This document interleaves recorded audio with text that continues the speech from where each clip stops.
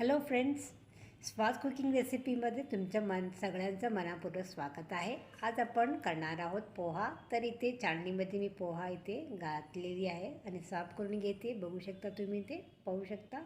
आणि ते कढईमध्ये थोडं पाणी घेऊन इथे मी स्वच्छ पाण्यामध्ये धुवून घ्यायचं. घाण भरपूर असतो फ्रेंड्स, तर म्हणून तिला स्वच्छ धुवून घ्यायचं. तर अर्धा तास इथे मी भिजून ठेवते. तर इथे मी घेतलेले शेंगा, मिरची, कढीपत्ता, थोडा कांदा, धनियापत्ती, एक पॅनमध्ये थोडंसं तेल घालून जिरं नाही टाकून थोडंसं.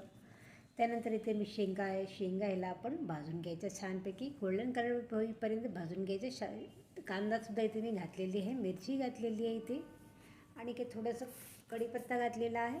हे बघा, कढीपत्ता घातलेला आहे आत्ता. आणि त्यानंतर इथे मस्तपैकीला भाजून घ्यायचं, परतून घ्यायचं. म्हणजे छान कांदा जास्त भाजून घ्यायचा नाही, थोडंसं मध्यम ह्याच्यामध्ये भाजून घ्यायचं. हळद पावडर टाकलेलं आहे ते मी पाव चमचा. बघू शकता तुम्ही, इथे भिजलेलं जे पोहा होता फ्रेंड्स, ते सुद्धा इथे घालून घ्यायचं. आणि स्वादानुसार मीठसुद्धा घालून घ्यायचं. त्यानंतर इथे मस्तपैकी चम्मचच्या साहाय्याने छानपैकी परतून घ्यायचं. मंद आचेवर ह्याला ठेवून छानपैकी पोहा आपण भाजून घ्यायची.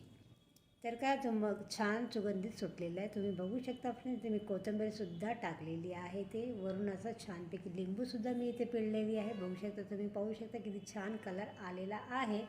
तर इथे मग झाकून एक 5 मिनटं ठेवूया. छंद वाफेवर छानपैकी शिजून येतो. ते बघू शकता किती छान मी इथे झालेला आहे. तुम्ही पाहू शकता कलर बघा काय सुरेख रंग आलेला आहे. तुम्ही पाहू शकता फ्रेंड्स. इथे आवडला असेल तर लाईक अँड शेअर जरूर करा. माझा व्हिडिओ तुम्हाला कशी वाटते कमेंटमध्ये नक्की सांगा फ्रेंड्स. असंच रेसिपी नवीन मी तुम्हाला घेऊन येणार आहे. Thank you for watching friends. Thank you.